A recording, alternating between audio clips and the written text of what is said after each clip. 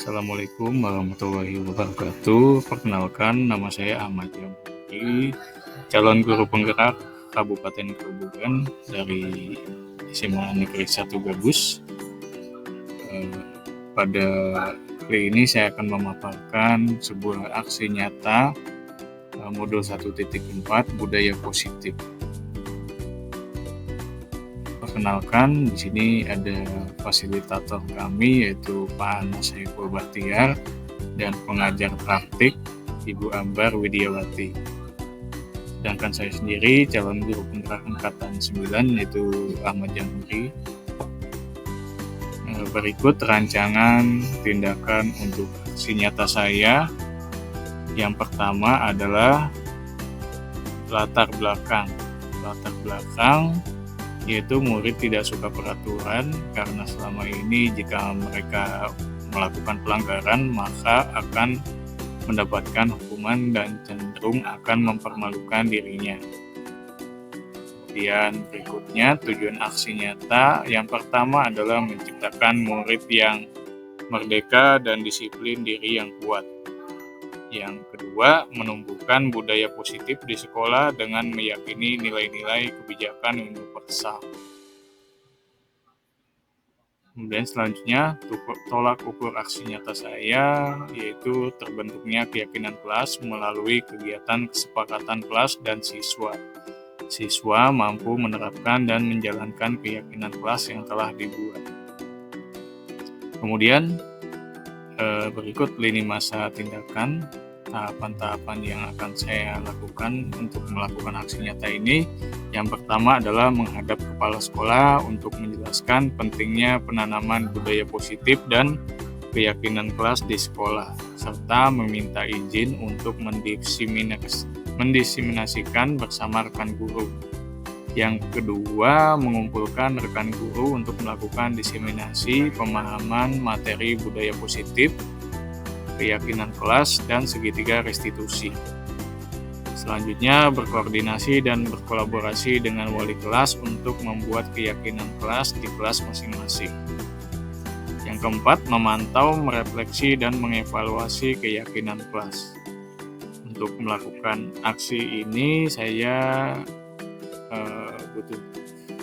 ada dukungan yang dibutuhkan, yaitu yang pertama dukungan dari kepala sekolah, rekan guru, serta murid agar tindakan yang telah disusun dapat dilakukan secara lancar dan menyeluruh. Yang kedua, sarana dan prasarana untuk menumbuhkan budaya positif di sekolah. Yang ketiga, orang tua murid dalam membentuk budaya positif di rumah. Dukungan yang dibutuhkan berikut ini merupakan kegiatan diseminasi di sekolah mengenai pemahaman budaya positif. Berikut video aksi nyata saya.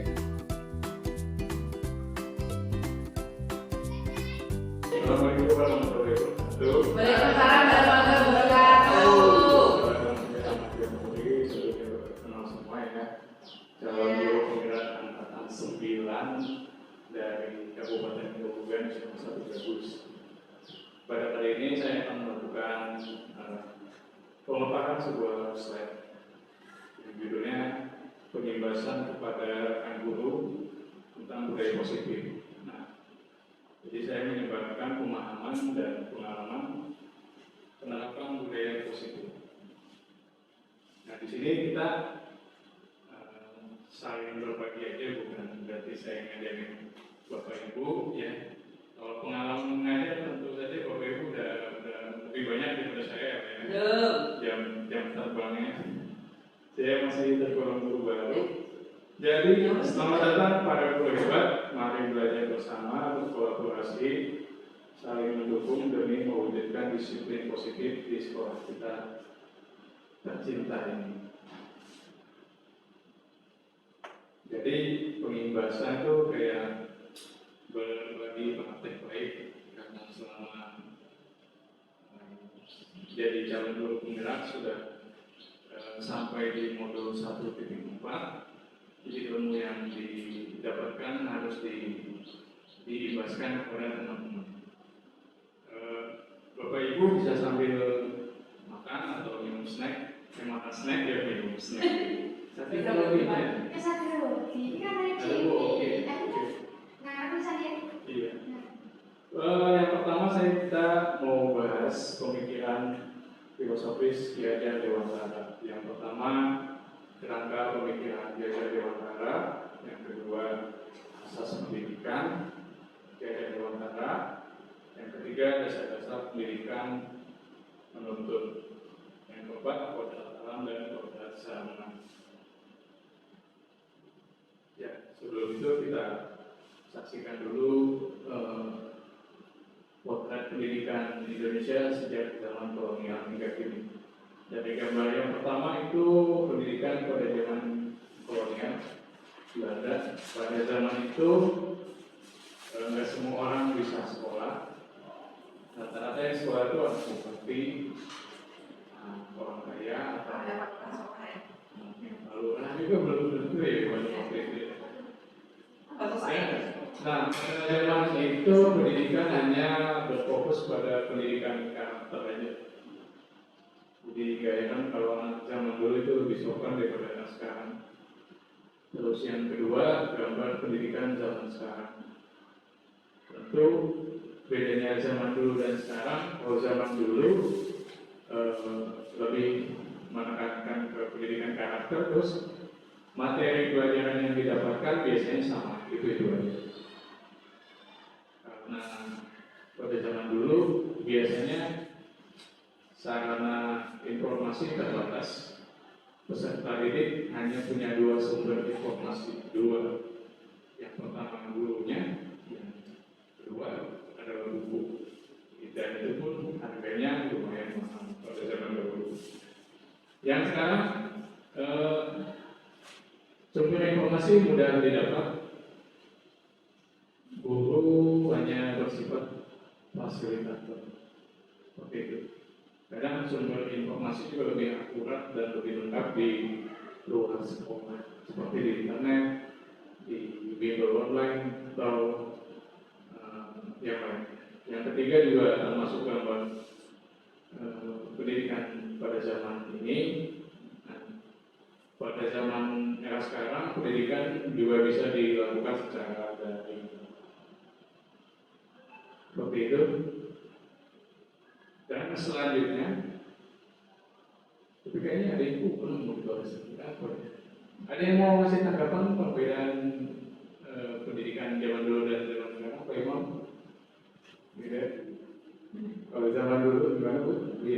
Kalau zaman dulu itu semacam ada reward dan punishment itu menurut saya cukup relatif efektif dibanding dengan anak sekarang yang tidak boleh dikasih reward, tidak boleh dikasih punishment. Itu efeknya anak cenderung lebih manja dan memanfaatkan situasi kalau menurut saya pribadi. Oh iya, betul sekali. Saya seperti itu. Kalau untuk reward, punishment dan motivasi ekstrinsik dan intrinsic nanti kita bahas, menarik sekali Bu.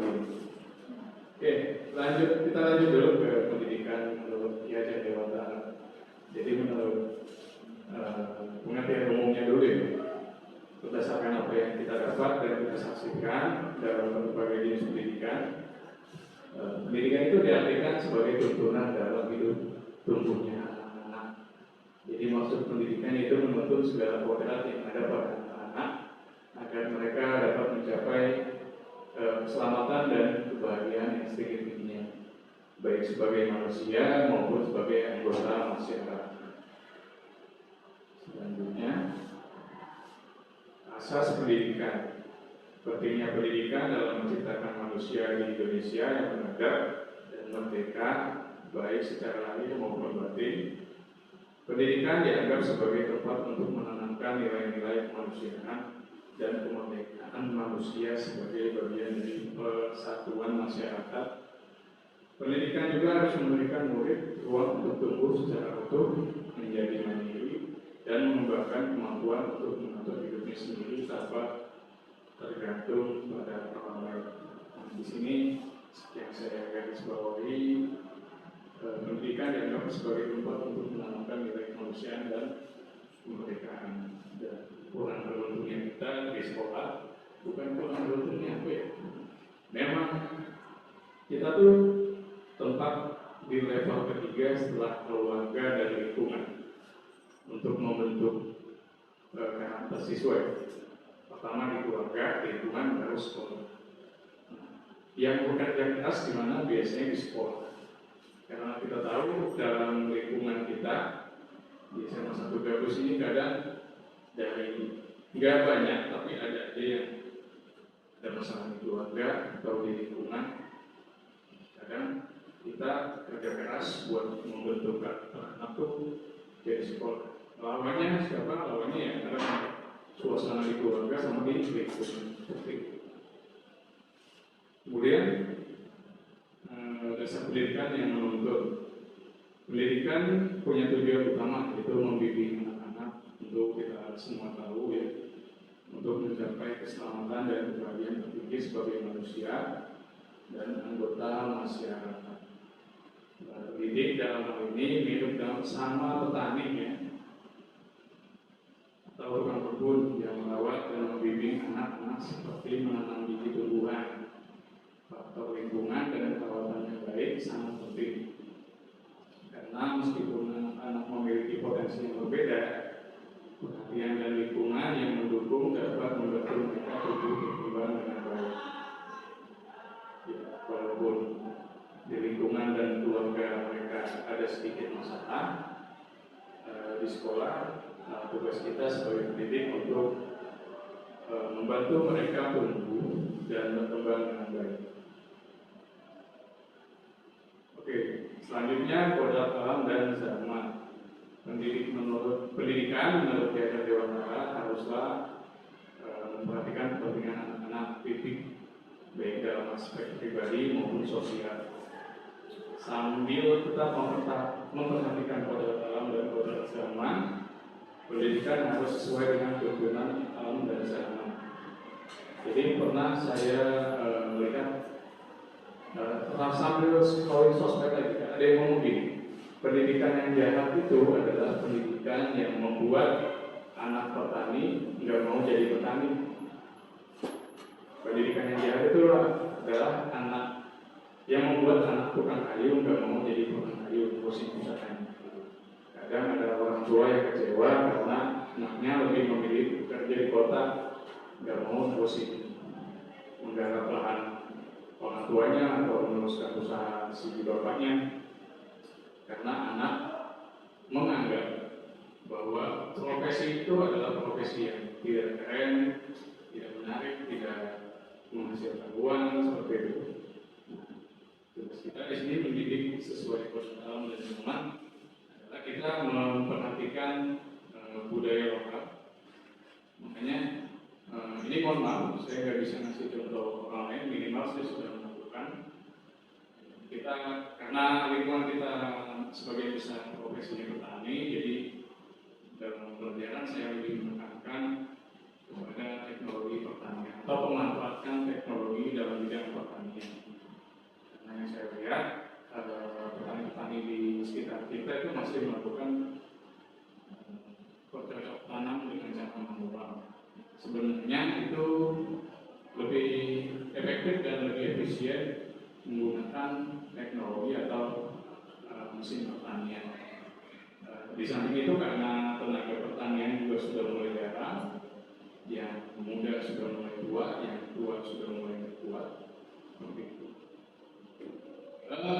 Saya juga menerapkan memberi informasi bahwa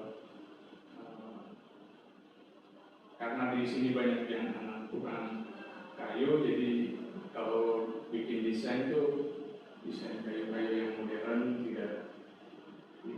tidak monoton kayu-kayu jadul, itu desain jadul. Ngasih tahu juga bahwa ada beberapa teknologi ukir ya, CNC ukir daripada di sini kan ukir itu masih manual. Sebenarnya ada ukir CNC juga. Yang dibahas ya lingkungan lokal aja. Kalau kita bahas kerja di SCBD, kerja di kantor-kantor yang gajinya 2 digit ya, mungkin agak jomplang juga. Seperti itu. Lanjut aja ke slide berikutnya, ke nilai-nilai guru penggerak. Jadi selama saya pendidikan guru penggerak ditanamkan nilai guru penggerak, itu tentu saja bukan hanya guru penggerak yang harus punya nilai ini, tapi semua guru harus punya nilai ini. Yang satu, pihak pada murid. Kedua, reflektif, mandiri, kolaboratif, dan inovatif. Nah, kita bahas satu persatu dari nilai guru penggerak ini.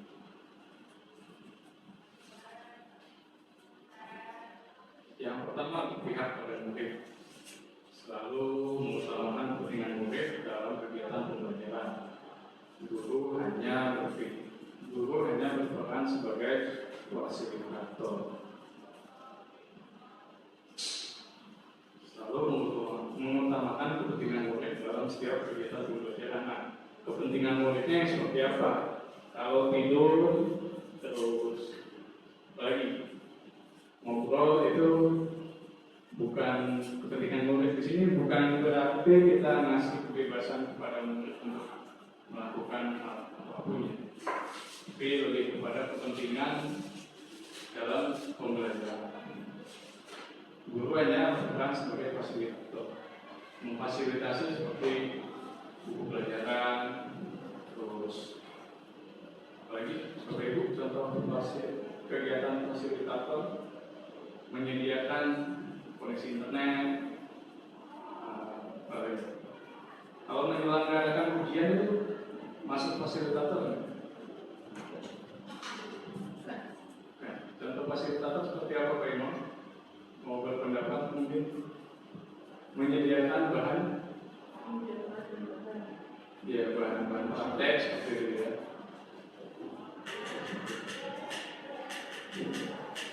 Oke, lanjut, reflektif. Nah, guru yang mau melihat dirinya sendiri, kemudian terus melakukan introspeksi diri terhadap apa yang dilakukan. Guru yang mau melihat diri sendiri, contohnya. Ya, contohnya itu kayak melihat hasil rekaman kita sendiri, refleksi. Nah, itu bisa dilakukan secara mandiri atau melakukan dengan menggunakan sejawat. Contohnya kayak supervisi gitu. Atau sengaja Mbak Tio ngajak saya kemari, Pak Ari ikut saya ngajar, nanti Pak Ari koreksi saya apa yang kurang gitu. Seperti itu ya. Iya Pak. Kalau saya sih senang aja, kasih tugas saya ingin aja. Aku juga senang dikasih tugas kayak gini. Atau enggak, saya ngajak Boki di sini, Boki tolong koreksi saya dong. Saya ngajar kurang apa gitu. Kurang berapa gitu. Lanjut. Senantiasa memaknai pengalaman yang terjadi. Nah, jadi kita bisa mengambil pelajaran dari apa yang sudah kita lakukan, kurangnya apa, seperti itu. Walaupun tanpa kita sadari, kita kadang merasa pas ngajar, kurang apa ya, waktunya kurang banyak, apa kurang cepat, atau ada yang kurang lengkap anaknya, atau materi yang kita sampaikan kurang, atau metodenya yang salah. Kadang treatment tiap kelas kan beda-beda. Kelas A dan kelas B treatmentnya beda. Kita melakukan treatment untuk kelas A, di kelas B juga bisa. Oke, yang selanjutnya memiliki daya saing yang tinggi. Nah, lalu punya keinginan untuk lebih baik, karena sejatinya guru adalah manusia yang belajar sepanjang hayat, sepanjang masa juga, sepanjang hayat juga. Selanjutnya menjadikan refleksi sebagai kebiasaan. Nah, ini yang kadang agak sulit ya, sulit istiqomahnya, menjadikan refleksi sebagai kebiasaan. Nah, terutama kadang waktu juga ya, saking asiknya ngajar, tahu-tahu udah fail ya, kadang belum refleksi. Begitu Pak Imam. Lanjut, mandiri. Nilai untuk penggerak mandiri yaitu guru yang memiliki rasa percaya diri yang tinggi dan yakin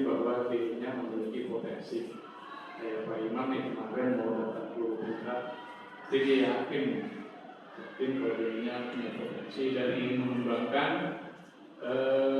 kemampuan dirinya sebagai guru. Udah begitu Pak Imam? Udah daftar belum Pak Imam? Udah? Oke. Saya daftar beneran, itu peminat CGP, calon kepala sekolah. CGP apa EGP? Ini poin yang selanjutnya, guru yang mempunyai tanggung jawab.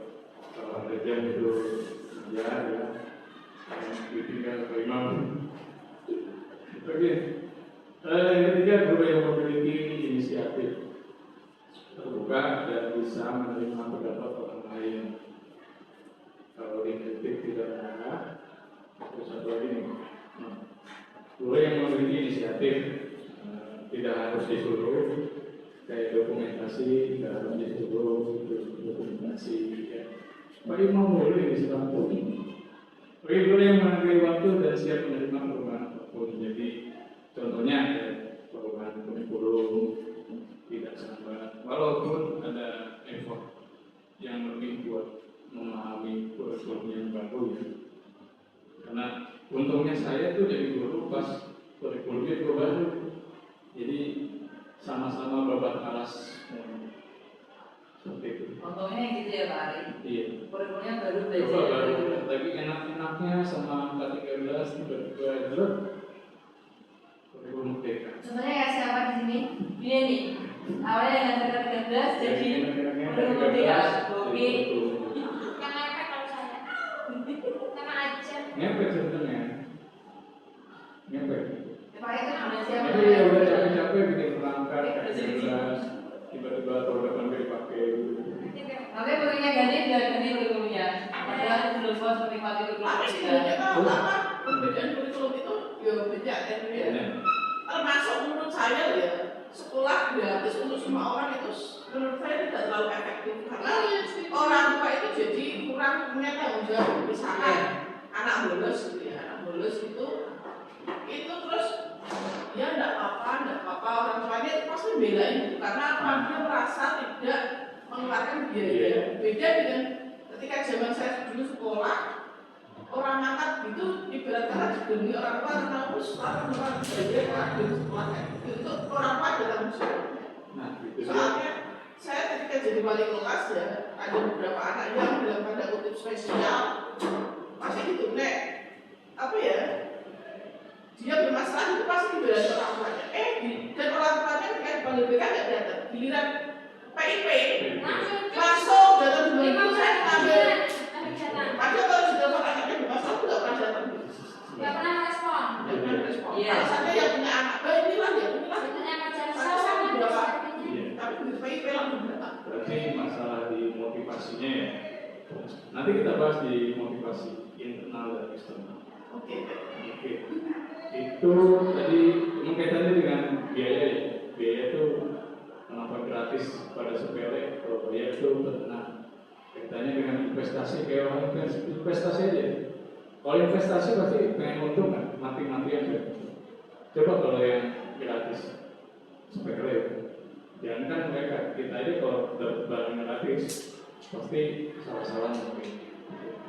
Karena dia tidak mengeluarkan effort, jadi nggak ada rasa memiliki. Kita bahas di motivasi internal dan eksternal. Ke kolaboratif. Poin yang selanjutnya nilai kolaboratif. Jadi maksudnya melakukan kerjasama antara guru yang satu dengan yang lain, berkomunikasi yang baik, saling ketergantungan yang positif terhadap seluruh pihak untuk saling percaya dan menghargai. Jadi kalau saya lihat guru tuh kayak pemain bola ya. Kalau pemain bola itu tujuannya adalah gol, kalau guru adalah tujuannya untuk mendidik peserta gitu. Di dalam pemain bola itu kan ada yang pemain individu bagus, ya. Ada yang bisa, ada yang kalau dia main tuh bagusnya kalau oper sana sini pemain tim. Nah, kita sebagai guru penggerak harus bisa mengcover itu semua. Jadi pemain individu kita ajak pemain tim juga kita ajak. Pernah lihat main bola nggak? Kalau yang dapat bola itu malu dibawa sendiri sampai gol aja. Karena kerjasama, maksudnya kerjasama dengan murid ya Pak. Kerja sama murid sama rekan guru juga harus jawab bisa. Saling ketergantungan yang positif terhadap seluruh pihak untuk saling percaya dan menghargai. Ini contohnya seperti yang gimana ya Pak? Saya kalau kurang paham. Ketergantungan positif itu kayak ini, kayak dalam suatu acara kita nggak bisa menyukseskan acara tersebut sendirian. Kita juga butuh teman lain, kayak dokumentasi, konsumsi snack, terus logistik segala macam itu yang dimaksud ketergantungan yang positif. Kalau ketergantungan yang negatif itu contohnya teman rasa-rasan itu ketergantungannya. Aku punya masalah, aku cerita tentang yang negatif. Nah, jadi kalau aku sudah sama Pak Ali, aku masalah perkataan negatif nih. Tergantung topiknya. Ya, inovatif nih. Oh, Pak Imam banget. Memunculkan ide atau gagasan agar tepat guna. Ide atau gagasan segar tepat guna. Oh, Pak Imam banget. B, pantang menyerah. Oh, oke. Pantang menyerah. Gas terus. Ya. Oke, lanjut ke slide selanjutnya, konsep utama budaya positif. Yang pertama perubahan paradigma belajar, kemudian disiplin positif, nilai kebajikan, kebutuhan dasar manusia, motivasi perilaku manusia, posisi kontrol guru, keyakinan kelas dan segitiga restitusi. Sebelum kita bahas 8 konsep utama ini, boleh Bapak Ibu sambil minum sedikit. Dinikmati jamuannya. Kalau bahasa Jawanya apa? Disambi ya. Sambil ya, emangnya Pak Ali ini sekenalnya udah bahasa mana Pak? Bahasa Indonesia. Bahasa Indonesia. Ayo sambil Bu. Ya. Selanjutnya, yang pertama pembelajaran dengan paradigma baru. Jadi dengan paradigma baru dirancang berdasarkan prinsip pembelajaran yang terdiferensiasi, sehingga siswa belajar sesuai dengan kebutuhan dan tahap perkembangan untuk mewujudkan profil pelajar Pancasila. Bisa dilihat di situ ada profil pelajar Pancasila, beriman dan bertakwa. Bacanya kok pengen sambil nyanyi nih. Berkebinekaan global, bergotong royong, mandiri, kreatif dan benar. Itu sudah di sini dulu. Oke. Ini saya mau menarik sekali di kata terdiferensiasi. Kadang saya tuh mau baru-baru mendengarnya dan baca-baca apa itu pembelajaran diferensiasi, saya pikir Berdiferensiasi. kata dasarnya itu diferen, beda-beda. Jadi pada waktu itu saya ngasih tugas beda-beda tiap anak. Ternyata itu malah masuknya ke pembelajaran individu. Pembelajaran diferensiasi itu, ini mohon maaf koreksi jika saya salah ya. Jadi langkah Ini lama juga. mungkin begini nih, koreksi saya jika saya salah ya. Kalau memang Jadi kita mengelompokkan dalam satu kelas, Hah? kan Bapak ini Kita memang boleh dua komunikasi. Ini kalau nggak salah ya begini ya. Jadi kita ngelompokin 3 kategori dulu di dalam kelas. Ada isi, medium, curhat. Isi itu yang anak ya pikirannya yang saya lahir. Terus yang medium ini yang seneng-seneng nih. Nah, yang hard nih. Nah, nanti metodenya buat pembelajaran ini metodenya beda-beda, bukan begitu begini. Iya kayak gitu. Tapi materinya sama, cuma caranya gitu. Karena cara belajar anak beda-beda.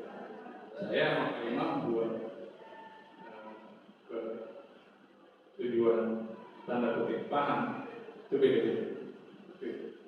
Nah, Masalahnya kadang ada yang nggak nyampe goal, nggak paham. Di kurikulum Merdeka itu jadi tetap lolos ke fase selanjutnya, cuma jadi catatan buat anak ini di fase selanjutnya. Tentu saja bebannya nambah di fase selanjutnya. Kalau lebih begitu ya, ini. Jadi seperti itu juga bisa, atau misalkan dibaginya berdasarkan tipe belajarnya. Tipe belajar. Tipe belajar juga bisa kan, maksudnya belajarnya nanti satu kelas beda-beda sesuai dengan belajarnya itu. Misalkan yang auditori ya, ada yang visual, ada yang estetik. Jadi kalau nggak salah saya baca tuh ada yang dibedakan tuh bisa kontennya, metodenya, sama apanya lagi. Nanti kita kalau ada di slide aja. Lumayan sudah ada betul. Disiplin positif. Nah, dalam budaya kita makna kata disiplin itu menjadi sesuatu yang dilakukan oleh seseorang pada orang lain untuk mendapatkan kepatuhan. Disiplin adalah kepatuhan. Nah, kita cenderung menghubungkan kata disiplin dengan ketidaknyamanan. Jadi kalau dengan kata disiplin itu di kepala kita tuh adanya itu ketat, tidak nyaman, galak, macam-macam. Oke. Yang kedua, sebagai pendidik, tujuan kita adalah menciptakan anak-anak yang memiliki disiplin diri sehingga mereka bisa berperilaku dengan mengacu pada nilai-nilai kebajikan universal dan memiliki motivasi intrinsik bukan ekstrinsik. Jadi kita mengusahakan motivasi dari dalam diri anak bukan dari motivasi luar. Nanti kita bahas itu. Disiplin positif merupakan salah satu cara penerapan disiplin yang bertujuan untuk menumbuhkan kesadaran serta memberdayakan anak untuk melakukan sesuatu tanpa sobukan, ancaman maupun hukuman. Seperti yang dibilang Bu ini tadi, sekarang tuh nggak boleh ngasih reward and punishment, tapi di sini lebih membangun motivasi dari dalam. Kita bahas nanti motivasi dari dalam, cara menanamnya gimana. Kemudian nilai-nilai kebajikan, nilai yang disepakati bersama, lepas dari suku bangsa, agama, bahasa maupun latar belakang. Yang pertama, nilai-nilai kebajikan profil pelajar Pancasila. Profil belajar Pancasila dan bertakwa pada Tuhan Yang Maha Esa. Beriman dan bertakwa pada Tuhan Yang Maha Esa dan berakhlak mulia, berkebinekaan bergotong royong, kreatif dan bernalar sesuai Pak Imam. Bukan begitu banyak. Oke, primary years program pertama tahunan. Toleransi, rasa hormat, integritas, mandiri, menghargai, antusias, empati, keingintahuan, kreativitas, kerjasama, percaya diri, dan komitmen. Saya mau ngecek kamera dulu, nanti dikat. Oh masih. Ini dengan wes. Toleransi, rasa hormat, integritas, mandiri. Empati, keingintahuan, kreativitas, kerjasama, percaya diri. Nah, ini udah ada di dalam Bapak Ibu semua belum? Kalau boleh tahu. Udah ya, insya Allah. Udah ada semua. Keterampilan hidup, life skill. Ini berfilm nih. Keterampilan hidup. Dapat dipercaya, tulus hati, pendengar aktif, tidak merendahkan orang lain, dan memberikan yang baik dari diri. Nilai-nilai kebajikan yang bisa kita tanamkan untuk memunculkan motivasi internal dalam diri anak ini. Oh, karena supaya dapat percaya saya ngelakuin ini, bukan karena hadiah atau takut hukum. Karena dia toleransi, dia rasa hormat, biasanya ini yang menggerakkan dia untuk melakukan sesuatu. Kita tanamkan nilai-nilai kebajikan supaya dia mau atau disiplin. Nah, Nah, kebutuhan dasar manusia yaitu segala sesuatu yang kita lakukan untuk mendapatkan apa yang kita inginkan. Jadi kalau kita ingin mendapatkan sesuatu, maka kita melakukan sesuatu. Nah, sesuatu yang kita lakukan pasti punya tujuan tertentu, dan semua usaha baik yang kita lakukan adalah dalam rangka agar kebutuhan dasar kita terpenuhi dengan baik. Contohnya, kita kerja karena memang harus kerja untuk mendapatkan penghasilan untuk bertahan hidup. Ya, tadi saya sebutkan juga termasuk kebutuhan dasar manusia yang pertama, nih, kasih sayang, bertahan hidup, penguasaan, kebebasan, kesenangan. Contoh bertahan hidup ya, salah satu motivasi kita untuk bekerja. Terus kasih sayang nih, kita punya pasangan agar mendapatkan kasih sayang. Kasih sayang bukan dari pasangan saja ya, kadang-kadang dari orang tua, dari teman juga, dari yang lain juga, yang memberikan kasih sayang. Penguasaan nih yang selalu ingin berkuasa biasanya supaya tujuannya tercapai, dia ingin berkuasa, ingin mengatur, ada yang mengatur, kalau lihat seorang pasti ngatur, tidur, bukan benar menurut ada yang kayak gitu ya. Itu termasuk kebutuhan dasar dia ya. Sehari kalau nggak nyoba itu kayak gimana gitu, pasti nyoba. Terus kebebasan dan kesenangan. Nah, masalahnya rata-rata kebutuhan dasar anak ini, anak pengen bebas sama pengen senangnya doang. Betul nggak Bu? Di kelas itu kadang anak mau pengen bebas, pengen senang. Ya. Ya, Mereka mengajar Sekolah. mereka tidak bisa konsekuen antara apa yang dilakukan dengan apa materi yang diberikan. Kadang tidak simpan Pak Ari. Dalam hal ini mereka misalkan diajak ngobrol atau sana kemari itu senang. Tapi ketika diajak ngobrol tentang pembelajaran, itu dia zaman sekarang tuh rata-rata beda dengan anak zaman dahulu. Oke. Pak Imam gimana? Sama, dia sekarang rata-rata sama. ya rata-rata anak sekarang itu khususnya maaf nih ya, untuk SMA di daerah pinggiran itu sekolah itu yang mempunyai motivasi untuk melanjutkan ke depan atau mungkin menjadi lebih baik ke depannya itu hanya kurang dari 10%. 90%-nya hanya sekolah itu dan modul kan gitu. Jadi dia hanya sebatas yang penting itu ijazah, jadi ketika berangkat sekolah itu tidak ada motivasinya. Kayak ada liburan terus main game terus kerja Makanya ya rata-rata anak yang saya saja ternyata rata-rata di kelas lain juga ya. Maksudnya Dedi, Pak Imam. Ketika belajar misalkan kita temanya di luar materi, anak itu semangat, terus nyambung. Tapi ketika sudah masuk ke materi pembelajaran, responnya itu berkurang. Oke, berarti ya, tugas kita sebagai guru mengemas pelajaran lebih menyenangkan dan lebih bebas. Saya rasa Bu Yeni udah melakukannya ya, mengemas. Kayak kemarin saya lihat Bu Yeni itu gamifikasi dalam pembelajaran ya. Jadi, kalau di gamifikasi itu motivasi anak tuh buat melakukan pembelajaran tuh lebih tinggi ya, karena ininya di kepalanya ada jadi pengennya tuh bermain sambil belajar. Nah masalahnya beberapa pelajaran itu kan mesti diseriusin juga kan, nggak harus semuanya sambil bermain kan.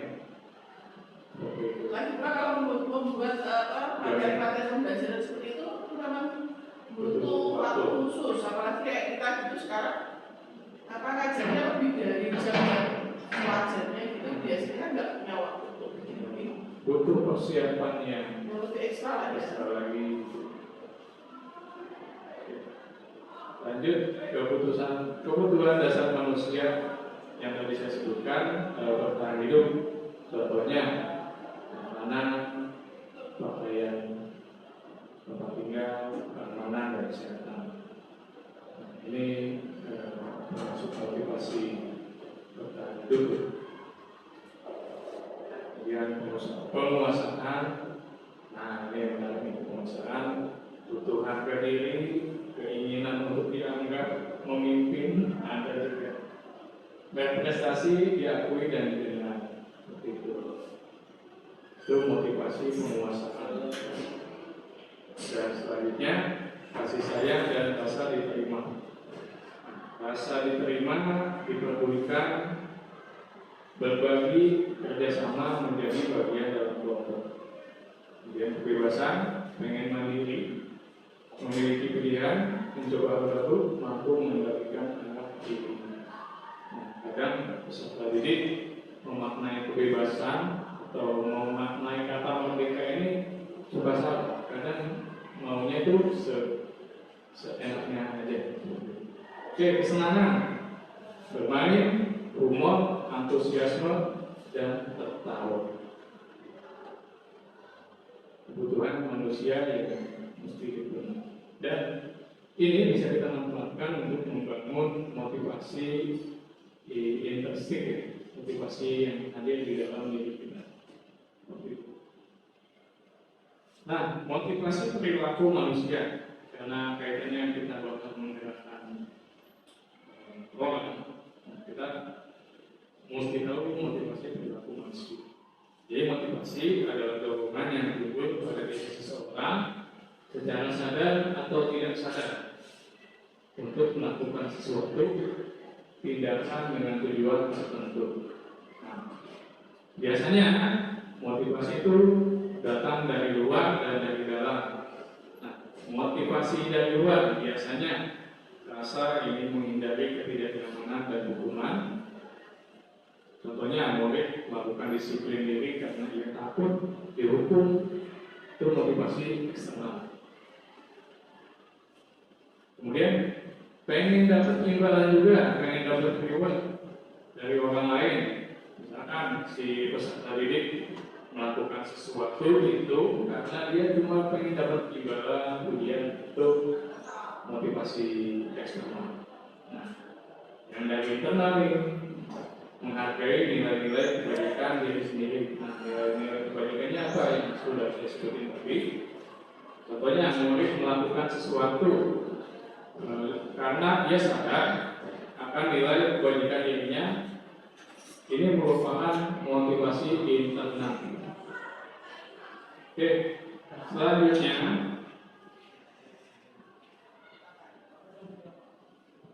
hukuman, konsekuensi, dan restitusi. Hukuman, konsekuensi, dan restitusi. Oke.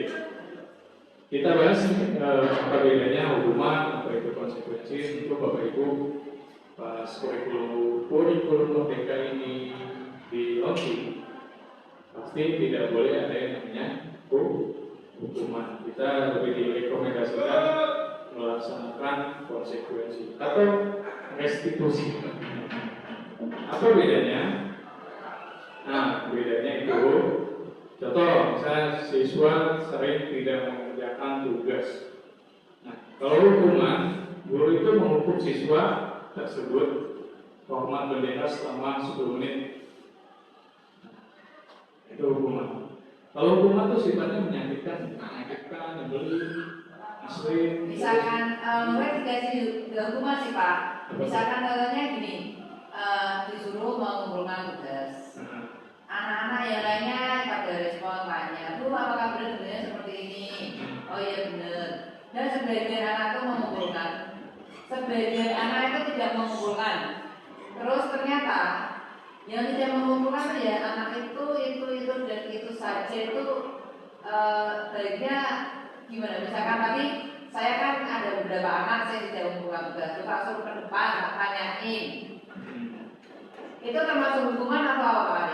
Nah, yang prosedur yang dilakukan guru ayat itu manggil anaknya dulu ya, ditanya kenapa nggak memberi tugas. Dengan caranya menjawab itu. belum Ini terus Belum. Padahal deadline-nya ya ini, pokoknya besok Senin, misalkan ada alasan apa, ada anak yang tidak mengumpulkan, saya anggap ya memang tidak mengumpulkan tugas, tidak mau mengumpulkan tugas, dan itu ya ada beberapa anak itu tidak mengumpulkan, dan anaknya ya itu terus. oke. Langkahnya udah benar, berarti lo udah melakukan proses restitusi. Dulu menanyakan keyakinan kelas dirinya dan membantu siswa menyelesaikan masalah. Jadi lo nanya dulu kenapa dan habis itu harusnya ngasih konsekuensi. Contoh kasus di sini nggak ngerjain tugas. Nah, guru memberikan konsekuensi untuk mengerjakan tugasnya saat istirahat. Jadi tetap mengerjakan tugas hanya di waktu yang lain. Nah, misalnya si anak komplain, kan ini waktunya istirahat, kok ngerjain tugas itu ya konsekuensi kamu waktu ngerjain tugas kenapa kamu istirahat. Nah sekarang pas istirahat tetap mengerjakan tugas. Jadi goalnya itu tetap mengerjakan tugas, hanya saja waktu dan bebannya ditambah. Waktunya di waktu berbeda, bebannya ditambah. Nah, guru tegas dan siswa menghormati peraturan. Itu perbedaan hukuman, konsekuensi, dan restitusi. Disarankan agar melakukan restitusi dulu, seperti menanyakan keyakinan kelas sebelum kita memberikan konsekuensi kepada peserta didik. Seperti itu, supaya guru bisa terbuka dan siswa menghormati dirinya sendiri dan keyakinan yang dia yakini di sekolah. Seperti itu.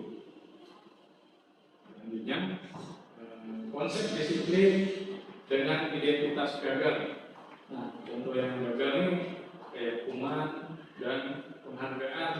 Kenapa penghargaan termasuk konsep disiplin dengan identitas gagal? Karena penghargaan itu sering tidak efektif. Kenapa tidak efektifnya? Ya, kita pikir sendiri kalau penghargaan itu kan nggak harus ini ya, nggak harus kata-kata, bahkan juga bisa kalau kita kasih penghargaan, kita kasih coklat, sedangkan coklat itu harus beli, kita kasih permen juga permen harus beli, kita kasih lagi makanan harus beli, lama-lama kita bakal terus ya seperti itu. Terus yang kedua, merusak hubungan dalam kurung sifat ilik. Nah ini biasanya si kakek lo dapat terus dari guru dapat duit gitu, bisa jawab belajar karena pengen dapat reward dari guru. Itu biasanya merusak hubungan sifat ilik. Menghukum dengan sistem ranking. Nah ini pro kontra juga nih. Ada yang memperbolehkan ranking, ada yang belum. Tapi kadang-kadang kan kalau habis bagi lapor suka pengen tahu posisi dirinya yang di mana. Padahal saya tahu tuh anak, udah tahu lah, paling 20 besar. Coba kepo kan. Terus kemudian merampas hak menghargai dirinya. Nah, kalau hukuman pasti menyakitkan, nggak nyaman, murid takut. Kemudian murid menyembunyikan kesalahan.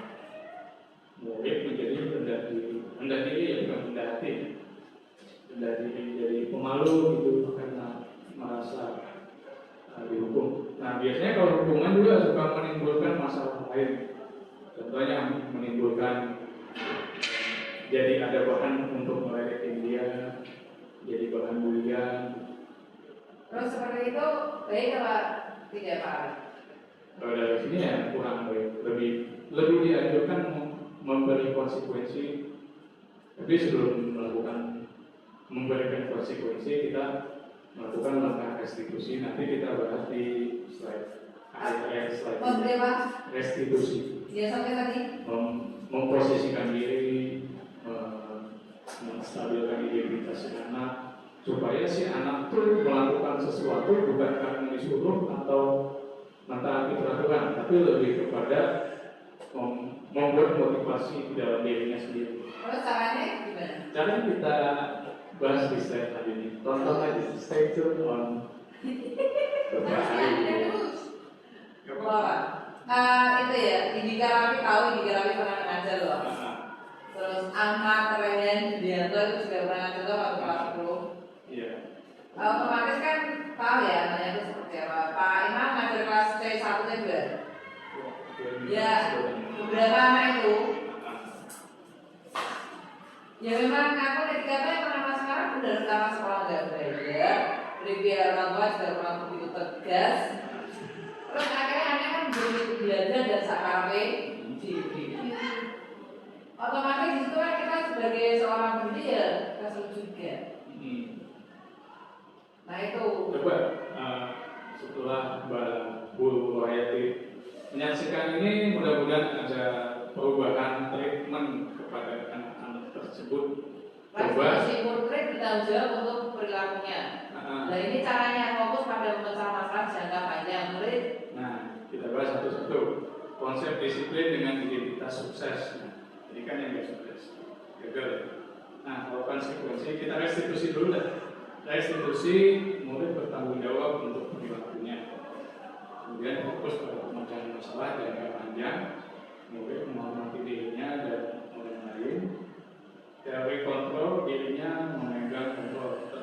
Nah, seperti yang tadi saya sebutkan, dia melakukan sesuatu itu bukan karena disuruh, tapi memang dia merasa harus melakukan. Murid bersemangat memperbaiki kesalahan. Nah, biasanya kadang satu pertanyaan itu yang bisa menggerakkan hati itu nanti kita bahas. Nah, kalau konsekuensi setelah direstitusi, kita posisikan diri kita, terus kita menstabilkan identitas si anak. Menstabilkan identitas si anak itu bukan berarti kita ngangkat si anak, oh kamu bagus begitu, tapi bukan begitu kan? Kan ada beberapa pengajar yang kalau ibarat kata dia bikin kesalahan, ini si pribadi si anak nih disalahin gitu, oh diomong dibanting gitu, kepribadiannya ada gitu. Kita stabilkan aja gitu. Harga dirinya kita stabilkan, jangan diri dulu. Oke, konsekuensi penguatan jangka pendek perlu monitoring berkelanjutan. Nah, yang tadi itu Tiro, Indika sama Rehan itu, ya memang effortnya lebih banyak, usaha kita tuh lebih banyak. Tapi ya mau kan tugas kita sebagai guru ya itu. Iya, dia tuh di kelas kalau nggak main HP ya tidur. Selalu begitu, itu dari kelas 10 sampai sekarang. Nah, coba nanti dikasih langkah restitusi. Nanti saya cek cara mengubah anak yang kayak gitu jadi anak yang minimal memang sih nggak bakal berubah langsung besok tiba-tiba beda. Bisa jadi setelah dia dapat suatu kejadian atau mengalami hal-hal tertentu biasanya anak berubah. Tapi perlu diketahui juga kita mesti belajar yang namanya psikologi anak, namanya anak laki-laki. Pernah dengar nggak begini? Anak laki-laki itu otaknya berkembang setelah umur 20 tahun. Ya. Kalau umur 1 sampai 19 tahun itu kadang dikasih apapun dia kadang sulit banget. Orientasinya tuh kalau nggak bermain,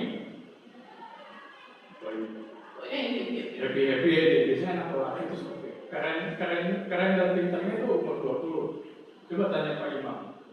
Atau saya ngalamin sendiri ya waktu kadang ada pelajaran yang waktu itu kita nggak paham atau sesuatu yang kita nggak tahu harus ngapain. Pada waktu itu ya waktu sekolah tiba-tiba nih kalau pas kita udah mahasiswa, kok pintar ya? Kok bisa ya paham? Kok keren ya? Memang begitu loh. Enggak semua anak laki-laki, tapi ada aja anak laki-laki rata-rata umur 20. Misalnya kita punya anak laki-laki nih, kalau anak kita umur segitu belum bisa baca, apa-apa, perlu waktu aja. Ya mungkin kita lebih, kalau misalkan si anak secara akademik tidak menarik, minimal kita menanamkan pendidikan karakter. Kalau kata Mbak Maimun, pendidik cuma pengen anak itu pintar, kita malah sakit hati. Ya minimal kita ajarin support gitu. Lebih gampang itu nggak berarti ya? Iya. Lebih gampang mengajarkan karakter. Tapi karakter utama itu sebenarnya menurut saya itu bentuknya justru dari keluarga. Nah, itu dia. Ketika ini mohon maaf ya, sebenarnya sih orang tua itu baik-baik saja ya, maksudnya tuh pengennya baik-baik saja. Cuman menurut saya itu sekarang itu atau besok itu lebih susah dibanding kalau ibarat kata gini loh, orang desa itu mungkin prinsipnya gini ya, aku dia rekoso, anakku juga sampai rekoso gitu. Jadi cenderung untuk dimanjakan itu jadi gurunya malah kangelan mas, ibarat kata ini Pak Ari, maksudnya misal nih anak di sini tidak boleh, terus misalkan di rumah itu terlalu dimanjakan, minta motor dibelikan, minta ini itu tuh dibelikan, jadi itu kayak manja gitu ya anak-anak sekarang itu, khususnya yang justru yang kayak gitu justru anak-anak daerah-daerah pinggiran ini. Kalau anak kayak maaf ya ini misalkan di kota lah misalkan, itu anak-anak itu usia SMP atau SMA aja kadang belum dikasih motor, masih diantar jemput atau ikut antar jemput lah ya. Tapi kalau anak di desa seperti ini gitu, malah awet SD harus diajari motornya Pak, motor gitu, orang tuanya bukan bangga ya. Wah anakku sudah bisa bener naik motor gitu, padahal itu sebenarnya belum boleh gitu ya. Ternyata kayak gitu aja sih. Sebenarnya banyak faktor ya. Kalau saya juga dulu pernah mengajar di kota, terus ngajar ke desa, di sana mereka tuh gampang di transportasi umum, terus di desa kan harus sering dalaman ya, hanya jalan satu-satunya yang dikasih kendaraan. Terus biasanya kalau di rumah itu menggerakkan anak itu dengan sesuatu yang kasar, biasa dikasarin baru bergerak. Nah, ketika di sekolah kami para guru itu nggak boleh ngasarin, ayo melus gitu. Nah, susah geraknya dia, karena Pak Erwan tuh sampai keras dulu baru. Nih tugas kita nih sebagai guru, tugas saya juga bagi saya tanggung jawabnya sebagai seorang guru penggerak ya, membagikan nilai-nilai guru penggerak supaya kita bisa menggerakkan anak tanpa harus pakai yang keras-keras, bergerak dan menggerakkan. Itu kayak punya ilmu psikologis ya gitu. Oke, di sini ada satu contoh kasus baru merupakan ini. Mencatat 100 kali dalam buku kalimat saya tidak akan terlambat pagi karena terlambat sekolah. Nah, ya pernah nih bahas kasus ini nih sama Pak Rasim. Ya, mencatat 100 kali di dalam buku kalimat. Ini hukuman atau konsekuensi menurut Bapak Ibu? Hukuman atau konsekuensi? Mencatat 100 kali di dalam buku kalimat. Di dalam buku, dalam kalimat, saya tidak akan terlambat. Pas bapaknya buka buku, bukunya kebak, tulisannya huruf A, B gitu. Hukuman apa konsekuensi itu? Kalau Pak Imam? Nah, konsekuensi kita simpan dulu. Lari mengelilingi lapangan basket 2 kali karena terlambat. Hukuman apa konsekuensi? Nah, murid dimintai 15 kali karena tidak menggunakan masker ke sekolah. Menggantikan kertas teman menggantikan tugas teman yang dicoret. Hukuman konsekuensi memberikan tumpahan air di meja karena tersenggol pada saat belajar. Membersihkan tanggung jawab ya, konsekuensi. Meminta murid tidak mengenakan sepatu seharian karena dia tidak menggunakan sepatu hitam. Disuruh nyengket. Meminta murid tidak menggunakan sepatu seharian. Konsekuensi apa hukuman? Hukuman. Nah, lari mengelilingi lapangan basket 2 kali karena terlambat 10 menit. Nah, ini hukuman. Nah, pelajarannya begitu kan? Kita lihat, kita cek di slide selanjutnya. Ini hukuman atau konsekuensi? Nah itu udah. Kalau ini Hukuman kafir. nah 1 sampai 3 itu hukuman.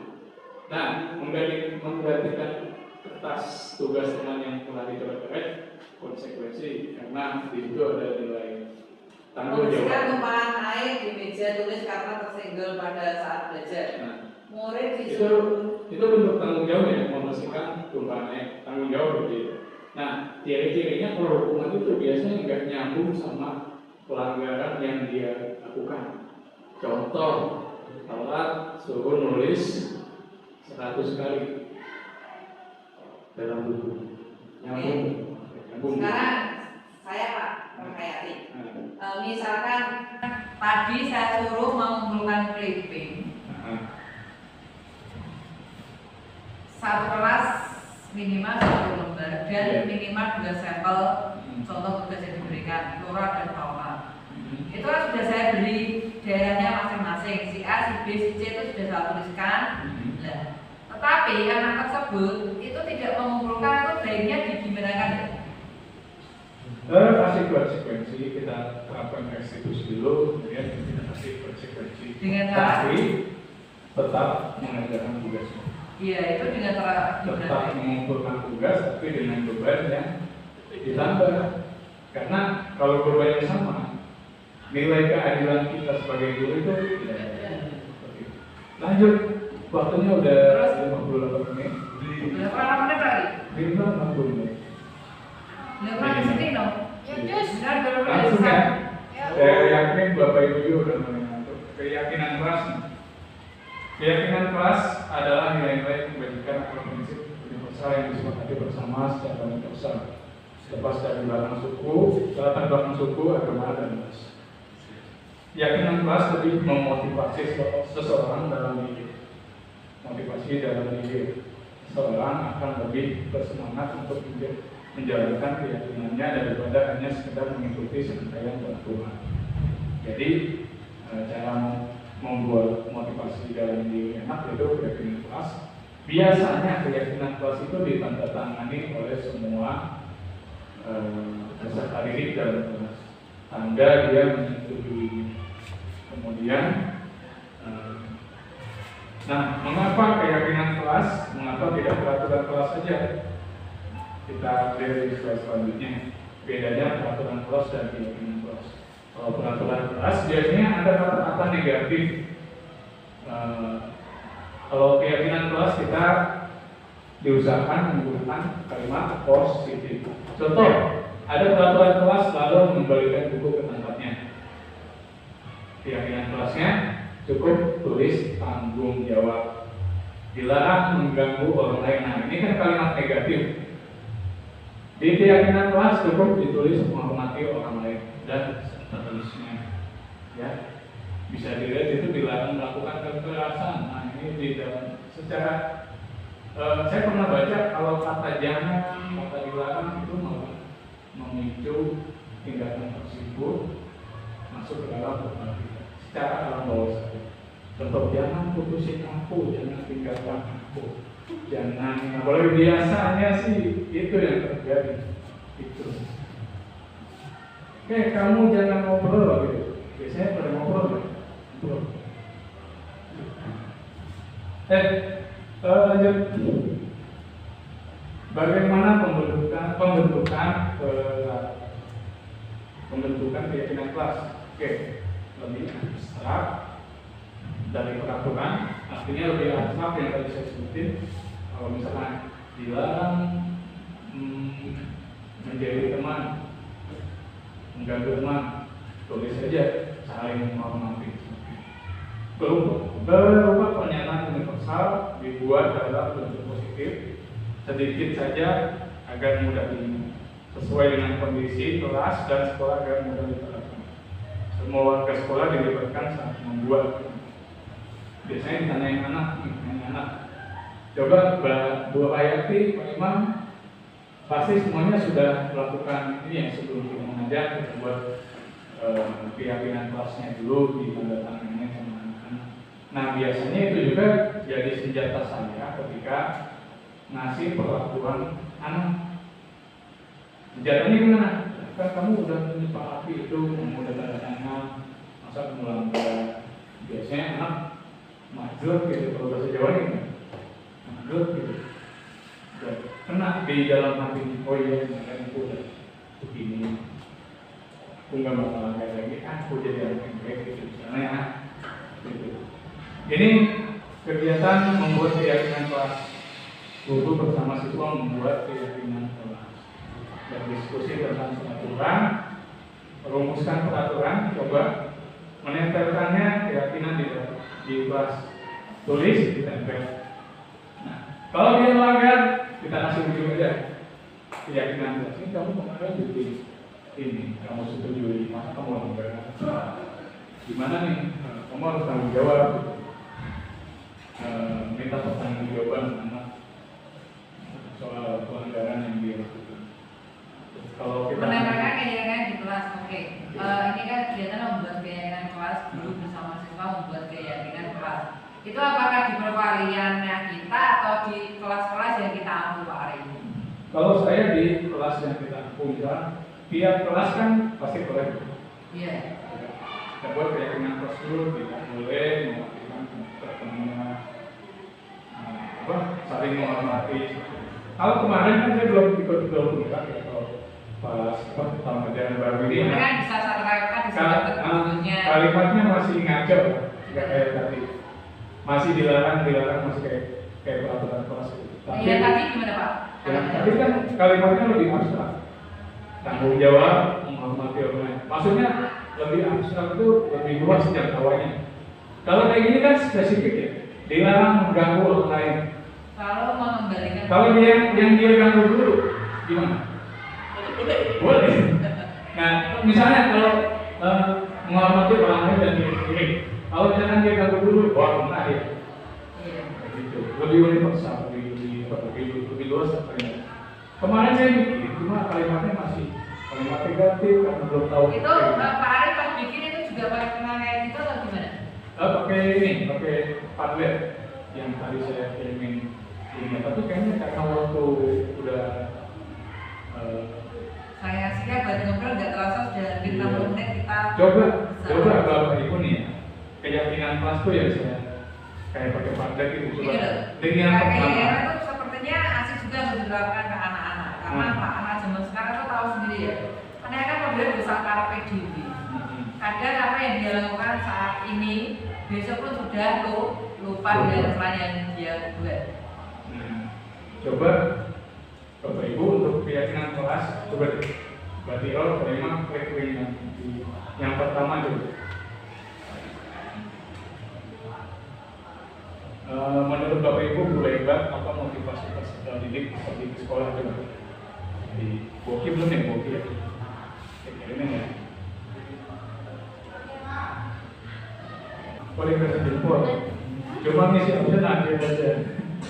Nah ini Bapak Ibu, ini masalah kita semua. Kita membuat motivasi anak pergi sekolah itu, ya, karena memang harus sekolah untuk mendapatkan kesempatan hidup lebih baik, lebih besar. Lanjut lagi ke presentasi.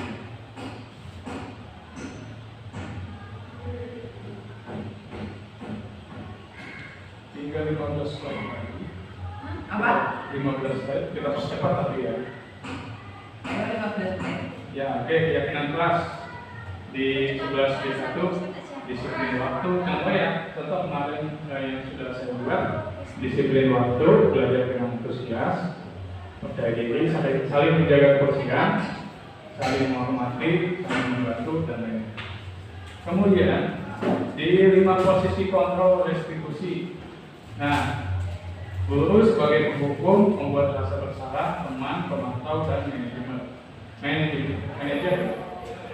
Nah, ini 5 posisi guru yang ada di sekolah. Nah, biasanya dianjurkan kita sebagai teman, pemantau dan manajer. Ada beberapa contoh kasus. Contoh penerapan 5 posisi kontrol. Kasus siswa tidak memakai atribut lengkap saat upacara. Itu adalah satu contoh kasus ya. Kalau gurunya sebagai penghukum, dia akan berkata, patuhi aturan sekolah lalu berdiri di depan barisan. Itu sebagai penghukum. Perempuan merasa bersalah, pasti gurunya ngomong, berapa kali Bu Guru harus memberitahu kamu, Bu Guru kecewa sama kamu. Itu posisi membuat rasa bersalah. Sebagai teman, ayo dong, yang pasti buat Bu Guru bangga kali ini tidak apa-apa, kamu salah. Loh, begini. Oke, kalau dia sebagai manajer, apa kamu tahu kesalahan kamu? Kira-kira bagaimana kamu akan memperbaiki kesalahan ini? Kalau sebagai memantau, kamu sudah melanggar apa peraturan dan konsekuensinya? Itu sebagai memantau, ditanya dulu. Oke, di sini yang paling ideal kita posisinya sebagai manajer.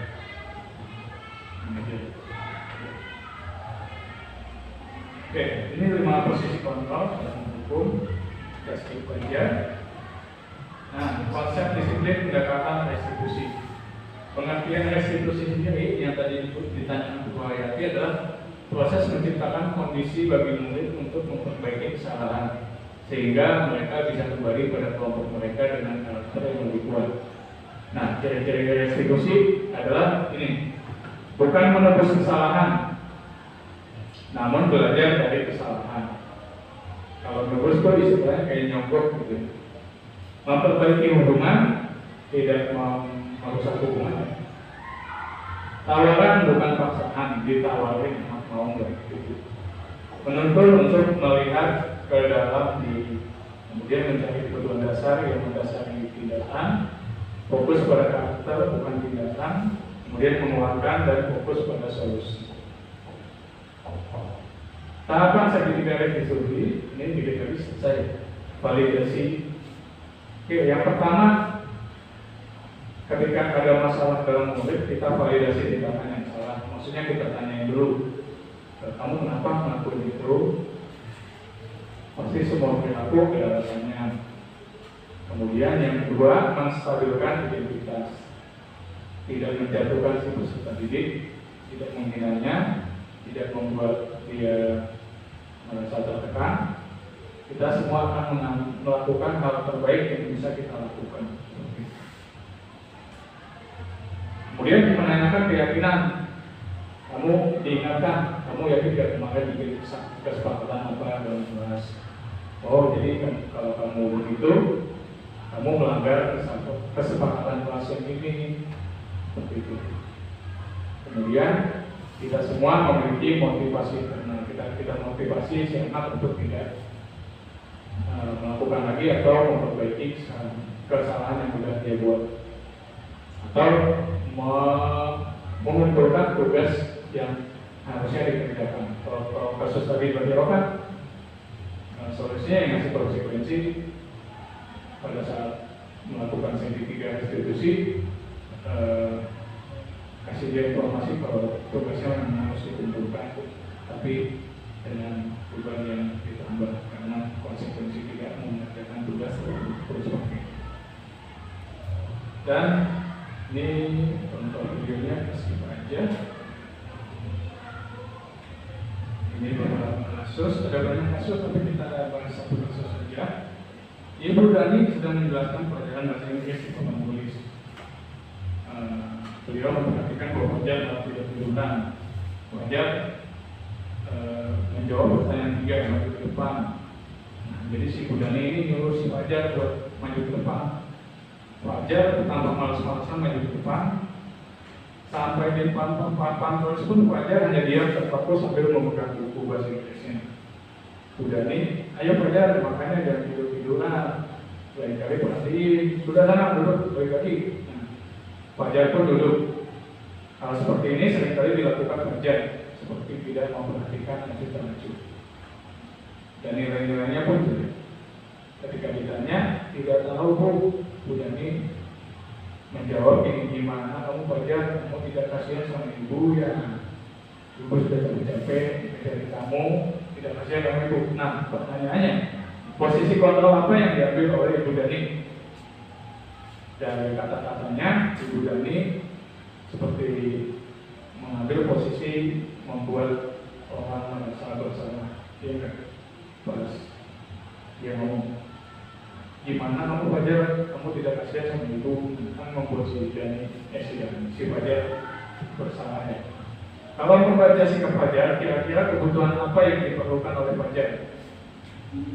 Kaitannya dengan 5 kebutuhan pokok manusia tadi. Butuh perhatian, butuh kasih sayang. Ya. Bila mana Ibu Dani mengambil posisi pemantau, apa yang akan dilakukan di hadapan Ibu Dani? Lalu apabila Anda adalah kepala sekolah di sekolah Fajar dan mengetahui hal itu, bagaimana tindakannya Anda? Tentunya kita bakal mendalami latar belakang kenapa si Fajar begitu. Biasanya mendalami itu bisa dari siswanya atau contohnya bisa mau visi seperti itu. Kali aja si Fajar ya kalau malam-malam tuh bantu orang tuanya jualan terong di pasar gitu. Nah itu contoh kasus berikutnya dari si Fajar. Nah, dalam penerapan program disiplin positif, hendaknya guru memiliki standar kepribadian profesional dan sosial yang baik. Di mana guru mampu berefleksi pada posisi kontrolnya saat ini, bagaimana perjalanan dirinya sebagai seorang among, posisi manajer yang menuntun murid-muridnya menjadi insan yang mandiri, merdeka dan bertanggung jawab standar nasional pendidikan. Seperti itu. Dari saya sekian. Barangkali ada yang mau ditanyakan. Cukup. Sekian, semoga bermanfaat. Dari waktu juga sudah lewat 1 jam. 1 jam 15 menit. Waktu yang singkat. Sebenarnya juga saya juga masih mau ngomong banyak ya. Mau kayak Pak Imam, Bukti udah ngantuk. Udah, matanya udah di bawah. Sekian, semoga bermanfaat. Assalamualaikum warahmatullahi wabarakatuh. Waalaikumsalam warahmatullahi wabarakatuh. Sekian, terima kasih telah menonton. Assalamualaikum warahmatullahi wabarakatuh.